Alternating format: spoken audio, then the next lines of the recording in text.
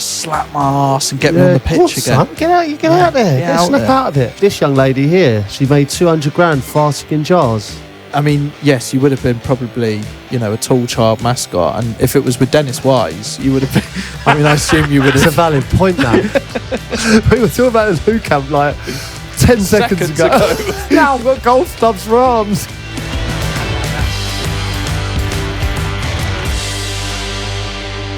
Hello and welcome back to That Peter Crouch podcast with me, Peter Crouch, Chris Stark and Statman Dave with me as usual in the boozer again. All right, boys? Yeah, not bad. Not bad. Good to be in the pub. I know we say that it's a genuine pub.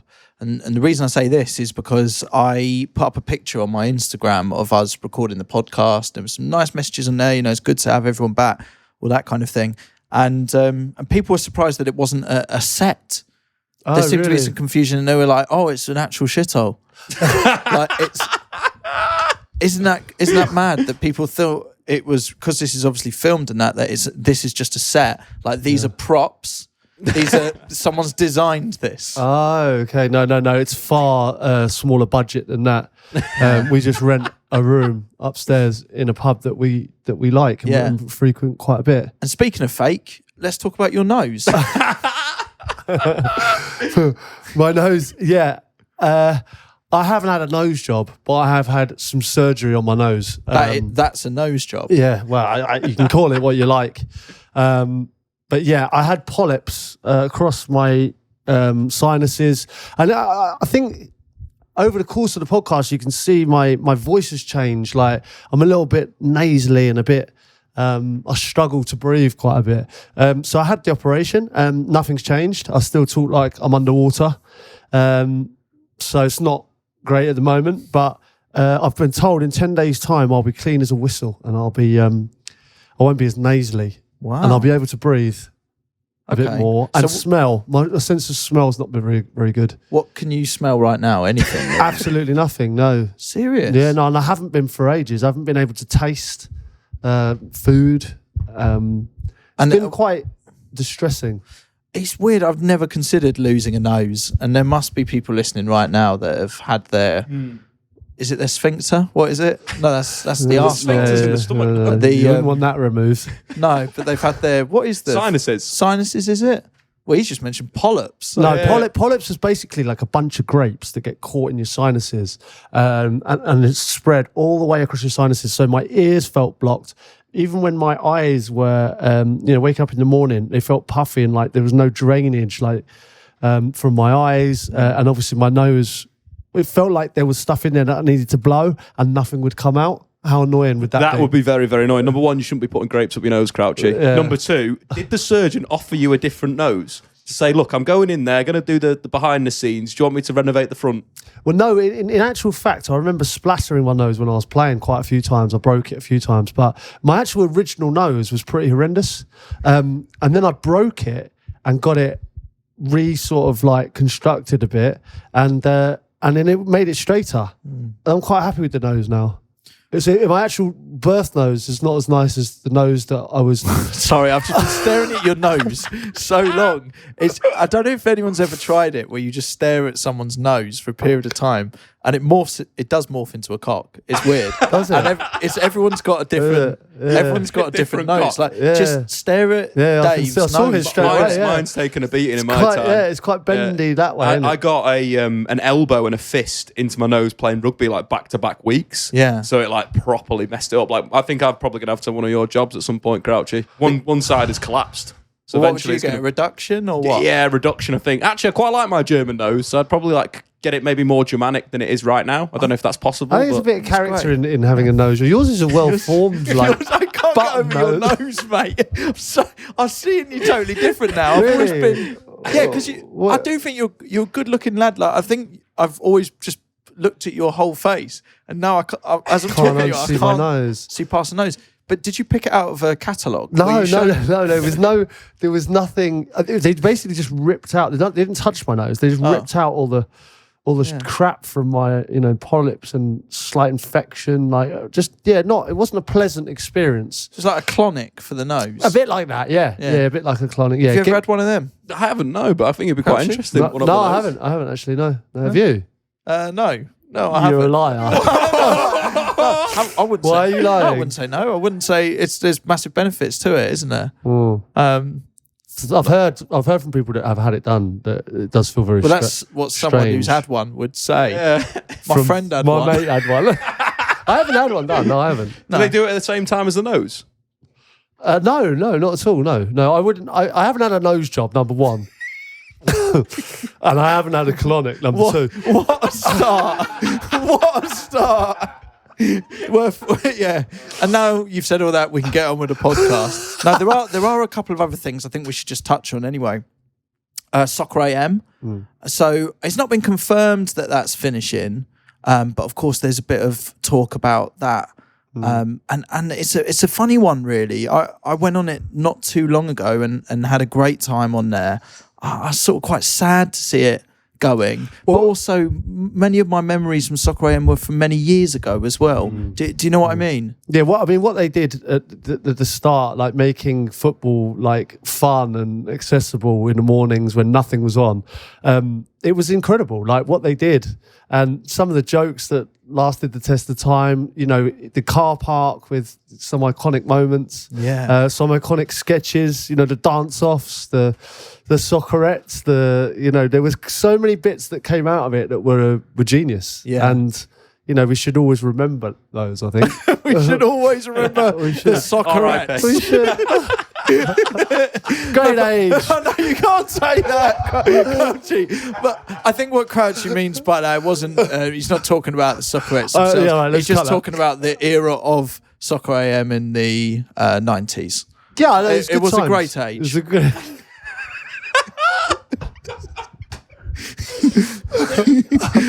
That great age episode. A fitting tribute to a legendary show there. But it might still be going on. I don't know. I got pissed the other night and text Fenners. I'm just like, did the classic Parch thing of, Saturday morning. Been quite parched recently, I've noticed. You haven't you? I'll tell you what it is. It's the early starts for me with the new job. I'm very emotional right now. Oh, yeah. You're just not getting enough sleep. No sleep. Just reaching out and parching everywhere. I'm considering retiring from football as well. Sad state of affairs, isn't it? You pull yourself together a little bit. I know. Can you not just pull yourself together? I do. I need a decent manager to come in and just sort of like, and that's no offence to anyone listening. I just mean to come in and just sort of grab me and, slap my ass and get me on the pitch again. Son, get out there. Get a snap out of it. Show them what you can do. Stop parching everyone. All right, guys. Well, a lot covered there. Shall we crack on with today's podcast? We should start really with an update on the swap thing we've got going on, Dave. Deal, you sort of across this? I have been, yeah, and we've had a few offers, Crouchy. So I just thought I'd run them by you on the podcast today. We had that one last week, the chicken outfit with what was it, dark fruits on it, which we rejected. We've got some better ones here. We've got a classic Premier League mitre ball. Right, it's just the ball. Just the ball. Yeah, okay. Charlie Adam's been in the boots. I mean, there is. Yeah, there is more to it. The ball is like, I could go to buy that from Sports Direct. No, but you could, but then to make it, I don't know if we'll sign the ball. We got some friends of the podcast. If it's a ball signed by Mr. Islam, does that suddenly raise the value of the ball? Okay. And then you're asking the question: would you rather have a ball signed by everyone associated with this podcast, Mike Dean, or Charlie Adams boots? Okay, And, that's a conversation. I will raise that though. We've got a better offer here. Lionel Messi's boots signed. So what we could do with those? We've got Messi's signature. We had everyone from the podcast, then those boots are worth some serious cash. Well, Lionel Messi's just won the World Cup, right? You're telling me there's a signed pair of his boots, possibly the greatest player. If you think about when Messi dies, right, like Pele has recently, like that, there's a lot of value in those. You're telling me we're being offered Messi's boots for Charlie Adams? Yeah, that's exactly it. That's mental. Someone out there is seriously considering swapping like for like between those players. But Charlie hasn't even signed his boots. Yeah. So you have to take our word for it that those are the boots that you hit the midge, you stick with it. Well, you've got it bang on there. So we can't authenticate the Messi boots, can we? It could just be some boots that someone's squiggled on, if they even exist as boots at all. Well, my worry is, I don't know, I think that's a big call. If you've got Messi's boots. So we want a picture, don't we? We need to find out whether it's authentic, and then we could consider that offer. Dave, you might not know this. Crouchy is very attuned to spotting fraud. It's I've actually heard the rumours. It's ingrained in me, mate. I just don't know. You always got to worry about fraud. So we should just be careful. We should be careful. Should we move on to the next one? This one is also, I wouldn't say better or worse. It's interesting. A celebrity strand of hair. Someone has emailed in. They've gone full Carl. But they haven't got back to us in terms of what they could offer. There are options on the website of Elvis, Marilyn Monroe, Daniel Radcliffe. I saw this come in, Dave, and I don't know how. And I mean, when did they set up this company in the 40s or something? You know, like are they been taking strains of hair for years and years and years? Like you can get Elvis, you can get John Lennon. So it's a genuine website. This is a website, yeah. But they're saying that they have locks of these people's hair, but how? What I knows what are they doing? Just like going around like parties in the 50s and 60s and just like cutting people's hair off and keeping them. You're right, because if it was Elvis or those people, that suggests it might be a family business. So someone's passed this down through the generations, and then there must be more modern ones on there as well. What's the website? Do we know it? We don't have a clue, no. So maybe you drop the website in the email next time. But it'd be odd, Crouchy. I wanted to see on the website whether your hair was on there. I've not investigated that yet, but that would be very weird because you haven't. I haven't okayed that. It's not consented. That's what I'm saying. You know, I mean, where are they getting this from? Well, I'll tell you who then. Think about it. Maybe this is how hairdressers are earning on the side. Oof. Because nothing you can do. The second you let them cut your hair, it belongs to don't them, know where right? it's gone. Well, it belongs to them. They do with it what they want. And I've never thought to question what they do with all the hair because they sweep up. They're bloody keen to keep it, aren't they? You never see it bagged up and put somewhere. No. That's a valid point. And also, there's DNA in that, isn't there? I mean, like, we don't know that this isn't some sort of mass cloning thing that's going on. It could be, Chris. It could be. I heard there was a business where you could buy jar of farts. I think it was jaroffarts.com. Let me just quickly check. That is the same people that do footballers with tits. Their side hustle. They've been bagging them up. It's not just footballers' farts. Yeah, here you go. Jar of farts. So, yeah, there's a few articles on this. Like well, this this young lady here, she made 200 grand farting in jars. I like this article. It says, a TikToker made $200,000 for farting in jars. Here's how she did it. No, just in As case. if, like, well, I think it's clear from the headline how she's done that. Right, should we get into today's podcast? I think so. It's time. What are we doing today, Crouchy? Well, you know what? Like, people ask me all the time, like, whether I was actually, lots of QPR fans ask me, were you a QPR fan growing up? Lots of people saying to me, were you a Chelsea fan growing up? Who did you support? And what's weird is like, it's like the half and half scarves. Like totally not acceptable in football, right? And it's the same as like, everyone's got a mate at school who goes like, they were a Tottenham fan, and then like 6 months later, they're like Arsenal fans. And like, that blow, it's just ridiculous. Yeah, right? that is too As far. a football fan, if you're a proper football fan, you know that is just ridiculous. That doesn't happen. But my allegiances are it's just a mad situation. I grew up a Chelsea fan, right? And a proper Chelsea fan, you know. I'm Peter after Peter Osgood. And this is going to be news to a lot of Chelsea fans, I think, because, you know, I went back there with various other clubs like Liverpool and Tottenham, and got absolutely abused, you know, by sort of fans that I would have considered my people. Do you know what I mean? But my issue with Chelsea fans, you know, obviously not all Chelsea fans, there's some very clued up ones, but my issue is that going back with those clubs, I think if I had played for, you know, other clubs and been going back to Liverpool, I think those fans would have understood that I had been a Liverpool fan at that stage. And I think so many of them didn't even know, because there was no interest, if you know what I mean, like no interest in knowing who supports their football club. And that was something that threw me. And now, you know, having been such a big Chelsea fan and going, you know, I've witnessed things like, you know, getting relegated, Middlesbrough, I think I was about 7, you know, relegated to the old Division 2 and then coming back into Division 1, winning the Zenith Data Systems Cup in the 1990s. But like sometimes if I look at Chelsea now and I look at some of the fans, and not, you know, I'm not saying all of them, because there's some with, you know, deep-rooted history in the club, have been there through thick and thin. But there's also that modern kind of fan that doesn't remember those times, you know, couldn't name Peter Nicholas or Tony Dorigo, Ken Moncala, Ellen Johnson.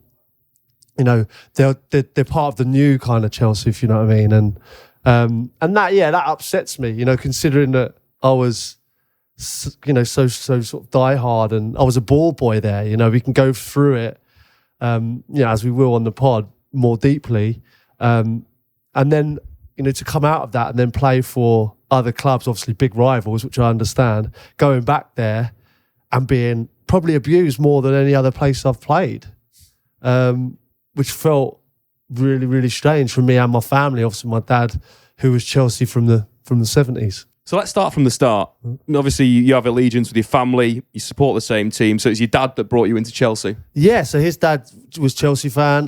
You know, my dad grew up in Fulham, sort of Barons Court, and you know, quite close to Stamford Bridge. And you know, his dad was a Chelsea fan. He was a Chelsea fan. And this is just passed down through generations, which I assumed that my boys or girls would be into it as well. And it's just weird. Like it's come to a stop with me. And I don't know how I feel about that, because, you know, I wouldn't like my kids to support Chelsea now. And, Sorry? I wouldn't like my kids to support Chelsea now. You wouldn't? No. So why? That is upsetting. That's literally like you saying, I don't want my kids to support United, or I don't want my kids to support Watford. Like, yeah, but you can. But if you would if you want upset me them to, though. it would upset. Yeah, but that's different then, because I would love my kids to support Watford because, you know, I support Watford. But you're saying you do kind of support Chelsea. No. I said I did. Oh, so you like Chelsea of old? Yeah. Yeah. I can't. It's not. You know, I've played against them in the semi-final of the Champions League. You know, the semi-final of the FA Cups, like big games, and I wanted nothing more than to beat them and to beat everything about them. Like, I didn't have that allegiance, was totally gone when I played. And is that what caused it to go away, do you think? Rather than just it was more so the going back there and getting so much grief from, that's what I mean. Fans. Is that what like, changed it? Your playing career? Yeah, looking around and seeing people that I was like, oh, you know, this isn't what I used to come to, you know, and love so much, you know. And I think when like I say, when my dad obviously took me to Chelsea, you know, I sat in the West Stand on the benches. I sat in the Lower East family stand. I've been in the shed. I've been, you know, upper tier. We had Matthew Harding season tickets for a while until I got a little bit older and then started playing football. So I've watched the dark ages. I've watched, you know, Chelsea go down. Always remember Chelsea going down. I think it was against Middlesbrough. In those days, it was, you'd have a playoff from the team coming up against the team that were potentially going down, and it was against Middlesbrough. And I always remember we couldn't get tickets, so we went to the King's Road to watch it at the cinema, and Chelsea went down, and it was obviously inconceivable that Chelsea would go down. Everyone thought that they would win the game. They went down, and I always remember just people fighting in the cinema. And I was 7, I think. Must have been about 88. So I was 7, and I remember it was one of my earliest memories of football, and I thought, Dad, why is everyone fighting in a cinema? Usually it's quite a tranquil place, and it was absolute carnage. There was songs, you know, celery getting thrown for various reasons. I had that in this exact pub we're in. Yeah, do you remember I told you? Yeah, it was all the Chelsea fans downstairs where we record this.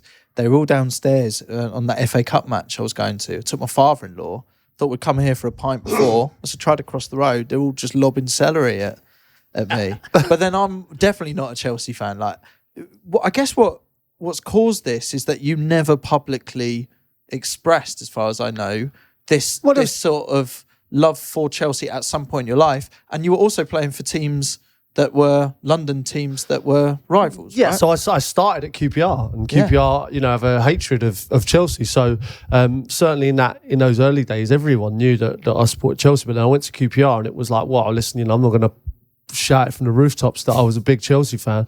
And obviously I wanted to succeed at QPR. And QPR was where I started on a Tuesday and Thursday at 10, 11, 12, 13. Jerry Francis went to Tottenham.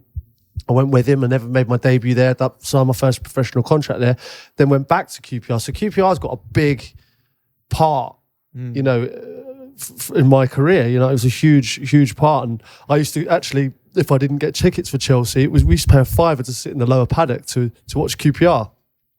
So then, you know, bizarrely, I did have all my mates were QPR fans, so I was going there as a kid as well, and I watched Les Ferdinand, Trevor Sinclair. Imagine paying a £5 watching Man United, Liverpool, and QPR at that time a top London club. It was good. We'd just get the central line down to White City and watch QPR and see some great players play.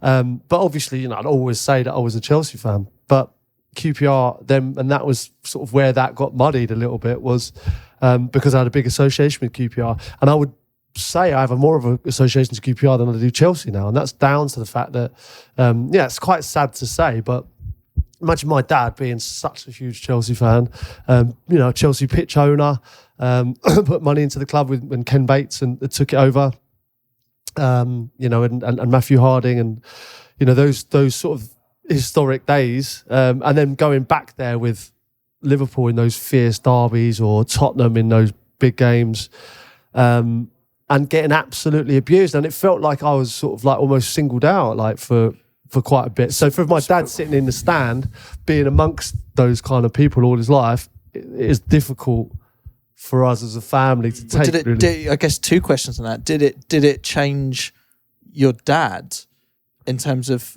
he was a fan of Chelsea? There must have been at the games where you're getting massive abuse from everyone around. Like, you are right. If I was against Watford, family there, and I was getting abused, that's quite a confusing experience. So that's one question. I guess the second question is, do you think if your playing career had been different, you would have continued to be a Chelsea fan if you'd say gone and signed for a different club outside of London? I'm not sure is the honest answer to that. I find that difficult to answer. It's a massive hypothetical. Yeah, I know it's a massive hypothetical, but like I'm always, if I'm going to play in the Premier League, I'm always going to play against. And I also didn't think it was also the teams that I was playing for at times. It was me personally, because I got it when I was at Villa or Southampton, and whenever I played at Stamford Bridge, I'd always get a lot of grief from the fans. Quite nasty at times, So it felt quite difficult. But absolutely, I've got no blame or anything. I just can't have that kind of passion for a place that didn't respect me in some ways. So you mentioned you were a ball boy back at the start. Then were you ever a mascot? No, never a mascot. No, but because I was a ball boy for years, and that was when you needed to be a ball boy. There was cars parked behind the goal. I don't know if you remember Stamford Bridge back in the day. It was like a running track round. It was like miles away, so you had to run, go underneath a car, and throw it back to like literally, be up behind the goal. It's such a different club to what it is now, but those days were special in my eyes. Two questions. Do you reckon you were the tallest ever ball boy? Number one. Number two, any housery? I've seen a lot of housery from ball boys over the last few years in the Premier League. Did you pull anything off? Yeah, there was a bit of housery. Yeah, like I always remember, Gareth Hall and Dennis Wise always like, telling me what to do as a ball boy, either be quicker or be slower.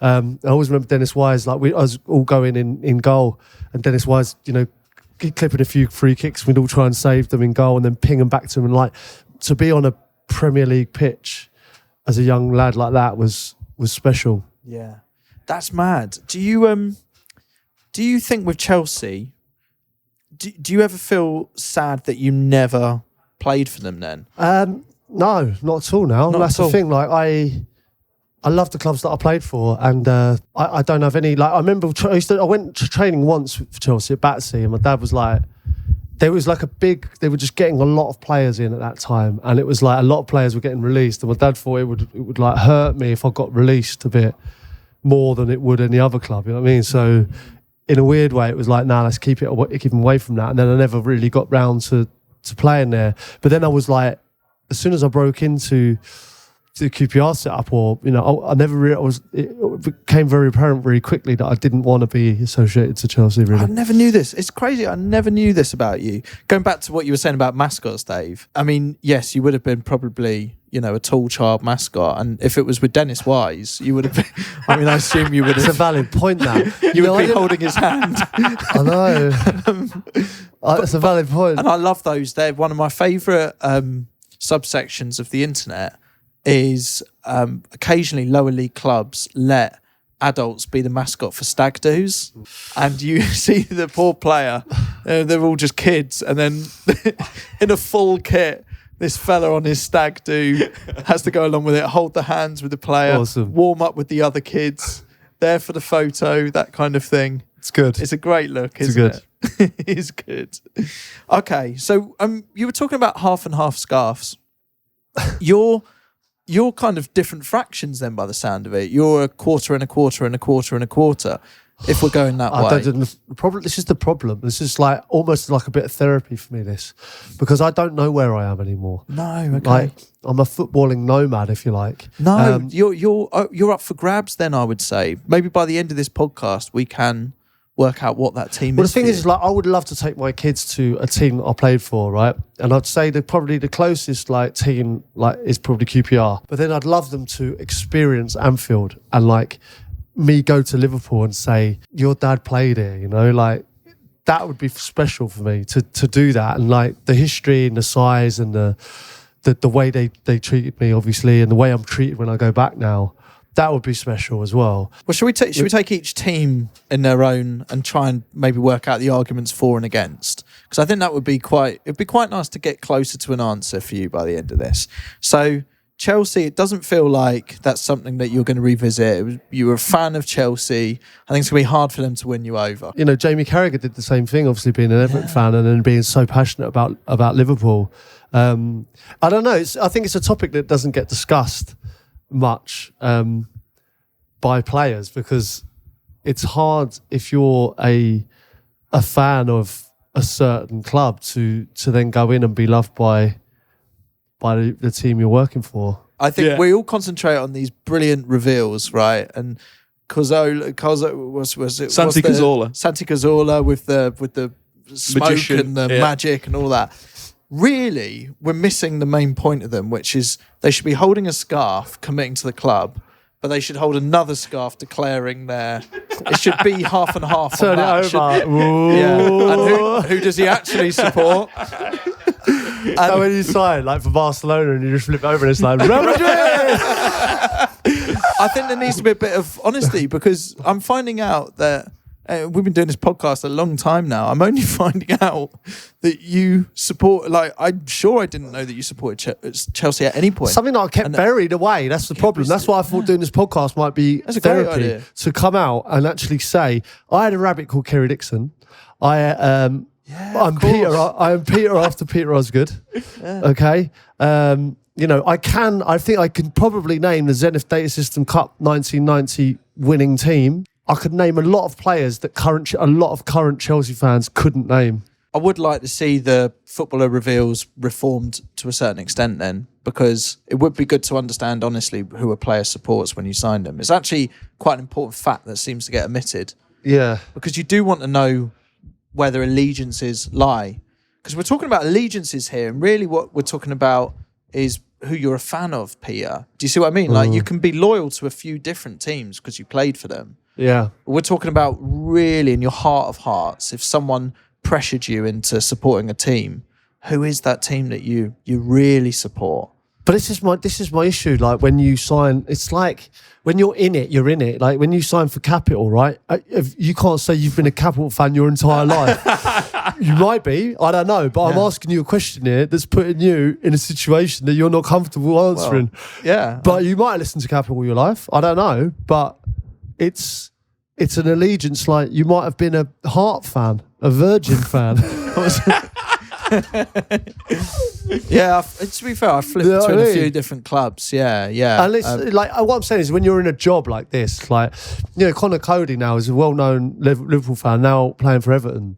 As long as you're doing the job properly, like it doesn't come into question. It shouldn't do if you're a professional. Let's talk about Tottenham. Are Tottenham in the running then? How do you view that? Because I started there. I started there, and I've came through with Ledley King. I've got a huge sort of like connection to the football club. I used to clean David Ginola's boots, David House's boots. I've got a connection to lots of people around it. Bob Arbor, Des Bolpin, Jerry Francis, Jules Graham, Christian Gross I played under. And then we had a great time playing there when I was got into the Champions League under Harry, and I scored some important goals there, and it's always a nice place to return back to when the fans are kind to you. Remember those things. I suppose it goes down to the fact that like when you're not playing and you're on the bench, you are actually supporting that team. You're supporting your teammates. So it is a bit different to me and Chris in that sense. You know, we're football fans first, and that's kind of where maybe footballers get a little bit more in terms of the teams they can pick. It's a weird situation. Is like, I know that you don't change allegiance, and this is what's so heartbreaking and confusing for me, because I feel like I'm in a place now where I'm like, just want to go to a match and like support a team. But you don't know what stadium I you're don't going know what I'm doing. I don't know where I am. It's going to be okay, Crouchy. It's going to be all right. It's disappointing. Is there something to be said for more football fans having more than one team? No, there's nothing to be said about that. No. That is an absolute no-go. But the thing is, for me, is like, I feel like I'm letting my children down, which is mad to say. But they won't have that passionate father like who goes, come on, we go, come rain or shine, we support our club.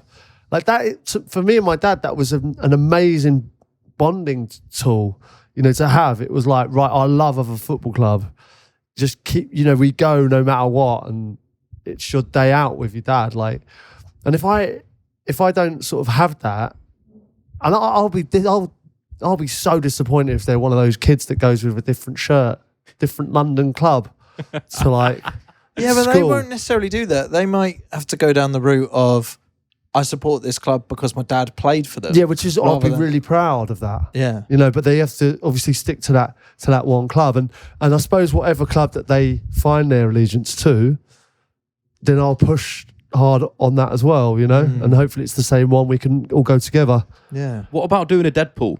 Ryan Reynolds, you buy a football club, you get a Wrexham, and then that is your club. And Eddie Hearn, for start instance. again, And Eddie Hearn with Leighton Orient. Yeah. Yeah, could do, I guess. I just don't. I've got a feeling. I've got a feeling I've missed that boat now. But yeah, it's a difficult one. It's a difficult situation to be in, and you know, listen, there's bigger situations out there. Let's be honest, but this is one that's just sort of wrangling with me. No, and I think it's a fair point as well. And actually, I don't know many people that can't say what team they support if they're into football. And has been in football all their life. Yeah. Because it would be lovely that you and your family all support the same team. But it's weird because your family supporting a team kind of reflects on you anyway, doesn't it? Because maybe your gift to them is you're resetting the family structure. Maybe your gift is. I don't feel like it's a gift. Maybe as a dad, sometimes like, I think you can selfishly force a football club on your child without necessarily finding it. So, for example, I would love my kids to be Watford fans, right? And it disappoints me Part of you would die inside if they weren't. If I'm honest, yes. Yeah. But that's a curse I have to live with, is that I always worry, you know, I don't know who at some point my little girl might meet someone else, and, you know, they might try and force her to support another team. That happens. I've got my wife into Watford. Yeah. You know, her dad supports Chelsea. I've never sat down with him and gone, you know, I'm so sorry. You know. Yeah. I'm so sorry. Yeah, but I mean, you wouldn't say she's incredibly into it, would you? Or is she? No, I remember she's you telling not. me you remember she was undeserving of the playoff ticket. Yeah, it was the FA Cup final. Yeah, okay. Yeah.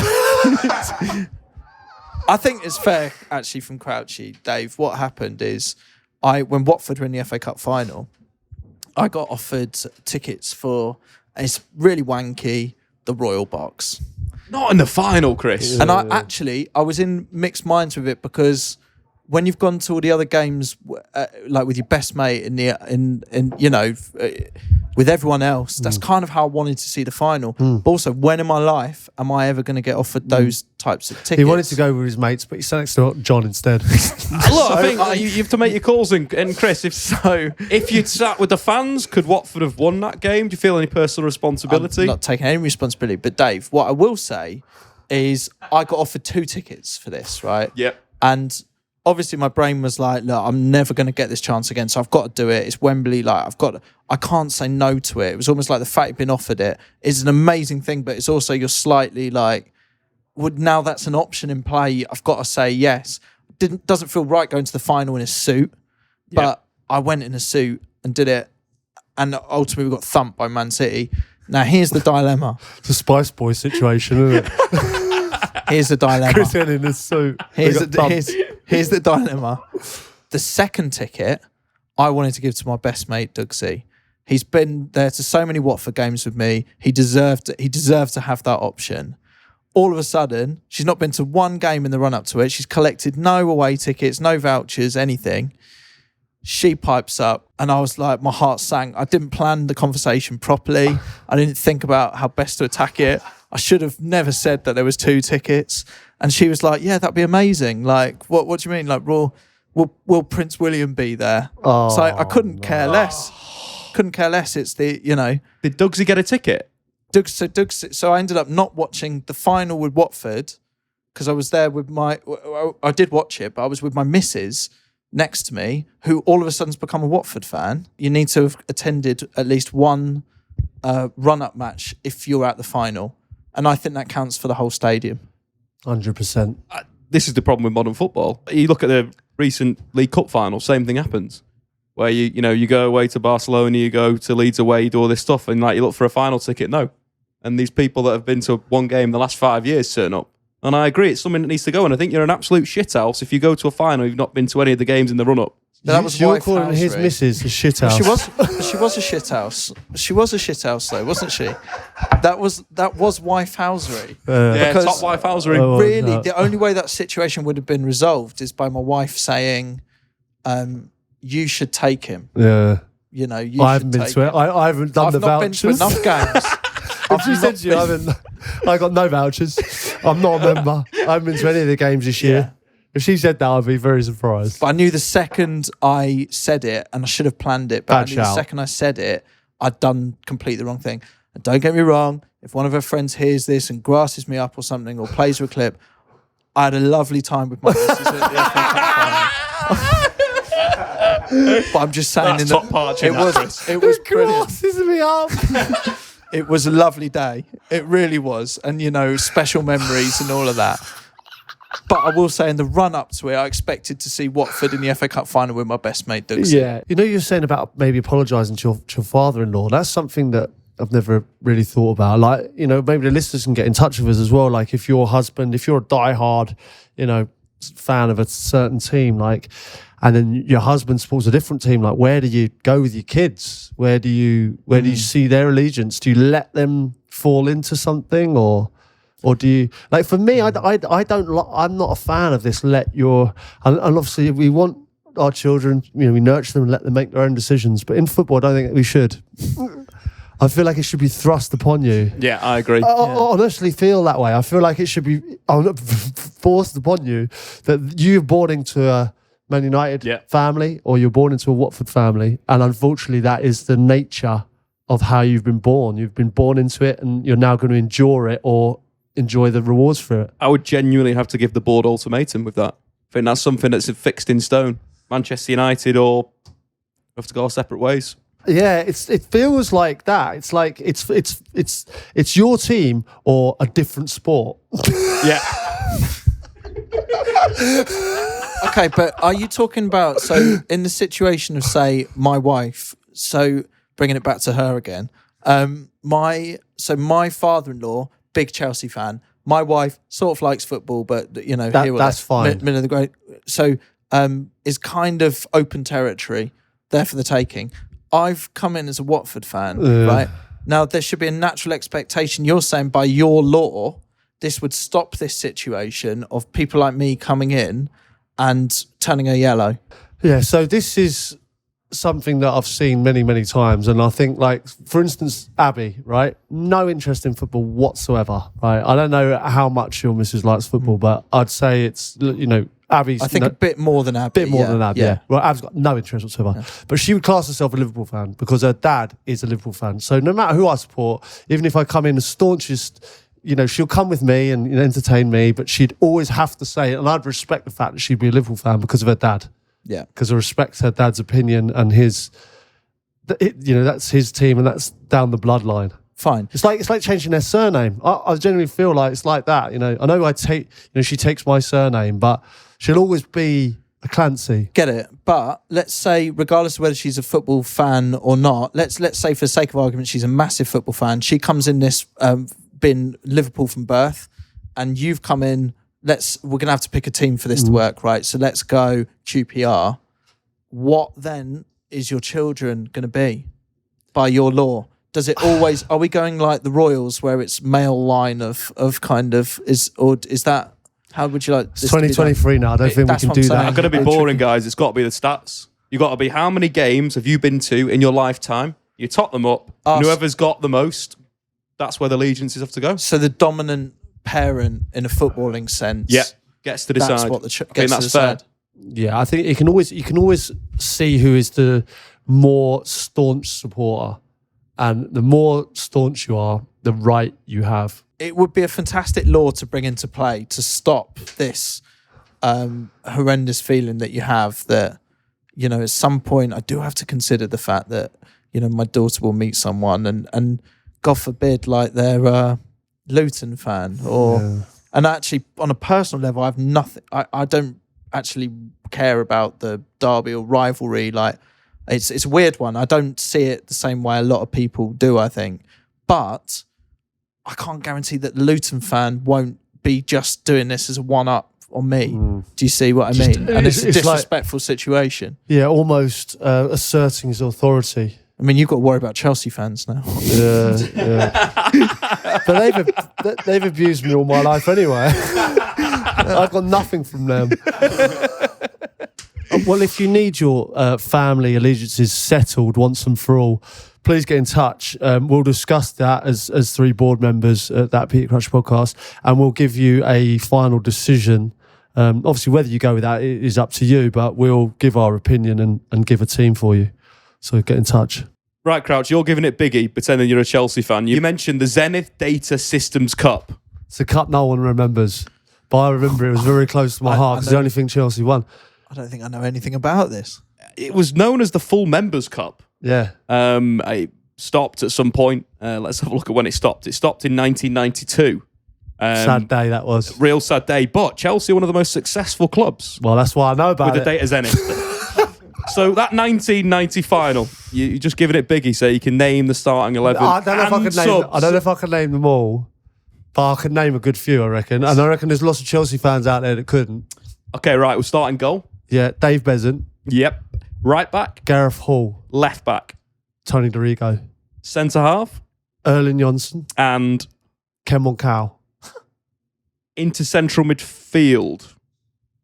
Peter Nicholas, skipper. Yep. We work back from central midfield. Let me go up front, right? Okay, up front. Well, Gordon Jury, wide. Yep. Kerry Dixon. Yep. Kevin Wilson. Yes. Wow. So you got 2 players to go, both midfielders. I don't know if he's in Home Alone or his name's Kevin McAllister. Kevin McAllister, yeah. I know what joy it was. All right. He is He's in also Kevin in Home Alone as well, isn't he? Yeah. But good plan, though. One more. I think I've got it. No. Yeah, I think I have. Go on. David Speedy. Incorrect. Oh! He did 10. Oh, Crouchy. Oh, I feel like you've lost £1 million. What does it start with? J. First name. Second name B. Oh, John Bumstead. That's it. Big Bumstead. Johnny Bumstead. He's you know. How can I forget John Bumstead? I used to love John Bumstead. Oh, mate, I'm so I'm proud of you for 10, but it was so Yeah, I mean, yeah, I can't believe I missed out on John mate. Bumstead. Bobby Campbell, manager. 2 subs, I think. Those days. 2 subs. Do you know the subs? Oh. Dave Lee. Yep. Nah, I couldn't give you another one. CW. From Manchester. Played for Man City, Chester, Chelsea, Man City again, QPR, Tottenham and Cambridge United. Clive Wilson. Oh, left back, QPR. Can we do one? We should do one of these a week with Turf. Yeah, this is good. To be fair, this is my era. Like, to be honest, this is my era. Like, I think if I was going to go on Mastermind, I'd go sort of like 90s football, definitely. But yeah, I enjoyed that. I've really enjoyed today's podcast. And my only thing I would say, I don't think we've necessarily got kind of answers for you, but in terms of being able to talk about it, Crouchy? Do you feel that feels like a real weight off my shoulders? It's something that I've wanted to dig down into for a while. I think certainly when you work in football, obviously the TV stuff as well, it's good to be impartial. I think I could sort of clarify that I probably am a bit now. You know, I haven't got... of course, the clubs that I played for are special to me and I hold special memories, and you know, some of the memories I've got I'll take with me forever, and I'd like to take my children to see, you know, all of the clubs that I played for. But yeah, I just wanted to sort of get across that, you know, that I was so passionate about something, and then you know, for whatever reason, obviously my job has given me so many benefits, but the one drawback is that it's taken my team away from me. We'd love for footballers to get in touch as well. Raheem Sterling, Manchester United fan, played for Liverpool, played for Man City. Iniesta, if you could get in touch, Real Madrid fan apparently. Didn't know that. Mentioned Carragher with Everton. Gareth Bale reportedly supported Arsenal. John Terry, Manchester United, of course, Frank Lampard, West Ham. Gareth Bale support Arsenal. Really? According to the internet. Wow. So if they can get in touch and let us know how they deal with this situation to help you out, Crouchy, that'd be great. Well, Gareth himself Would be fantastic. Iniesta, big fan of the pod. I think one of the big things to finish off, Champions League final, Liverpool versus Spurs. Oh, that's a good. How did you feel? That's a good way to figure it out, I guess. I felt like all Ab's family, all her friends, her brother, like they were all going to the game, and I felt like I wanted Liverpool to win that. Well, so it's like me. It's when the wife gets involved. They fuck everything up, don't they?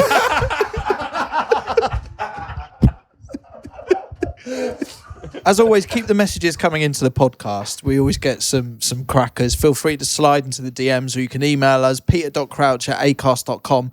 Where should we kick off? Well, yeah, I'll go if you like. A message from Benny says, do coaches ever plan for a 0-0? And if they do, what do they say to their strikers? Good question. It's a good question. You don't plan for a 0-0, I think. You plan for a tight game. And if you can nick one, is the plan. I don't think I've ever been involved in a 0-0 sort of practice match beforehand. But having said that, when I played for Stoke and we went away from home, a lot of the time I was incredibly isolated and there was everyone behind the ball bar me. So if ever we played for a 0-0, it would have been in those situations. And I'll be honest with you, they were hard games to play in. So what does Tony say to you in those moments? Does he say, you know, go out there, make something out of nothing, or is it more defensive organisation that he's focused on? You know, we talked about it loads of times, but he had the ham and eggers and then the tip-tap Charlies. Yeah. The ham and eggers would, you know, basically don't concede a goal and let the tip-tap Charlies go up there and try and win us something. But yeah, we let's be honest. I mean, I went away at City, at United, at Arsenal quite a few times, and you come off the pitch thinking I barely even touched the ball. It's not enjoyable in the slightest. I've literally gone to work today. Yeah, but if they are playing that kind of game, regardless of what the manager's saying, you're in the business of having to be seen to be scoring goals. Like, you are judged on that. People don't go, Crouchy hasn't scored for a while, but they're playing a very defensive setup. This is my problem. Like, it's just something that I always had. And like, even when I saw players after me go there, like forwards, and think, you know, you're in for a tough time because it's basically very defensive. We'll play for a set piece or the one chance that you might get. But obviously your record, I mean, clean sheets is great for the defenders, but as a forward, it's like if you haven't scored for 8 games, so I haven't had a shot for 8 games. Yeah.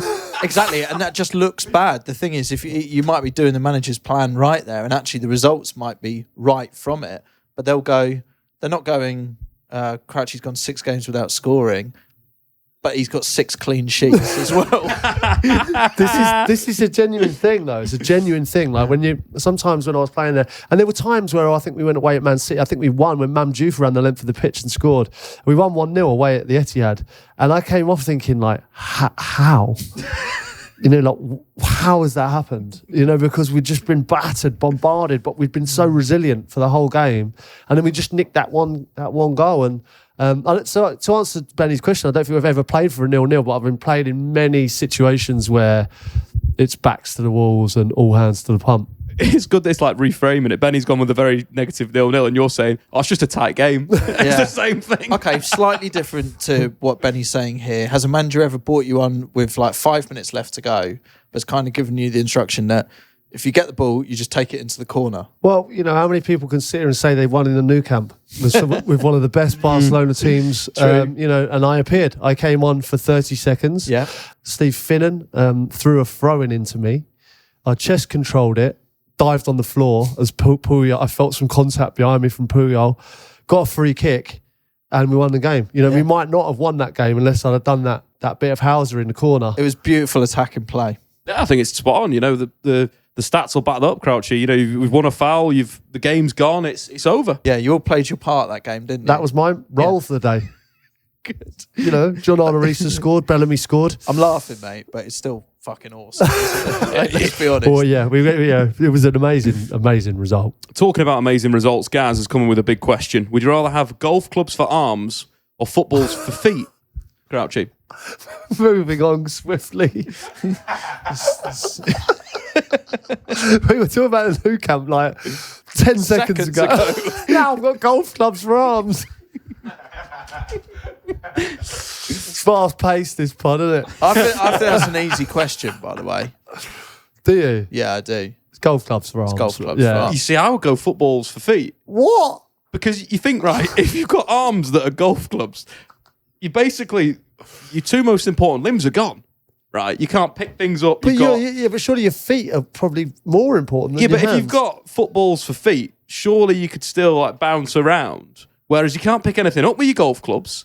So I can eat my dinner. Matter. I can put my feet. Walloping I can put my feet under the table. Nobody can see the footballs. You two, golf clubs on your arms. Yeah, you can change them at any given moment. You know what I mean? And I could clip that pint up, or I could drive it 200. That's a fair point. I could get it out of sand. I could roll it gently.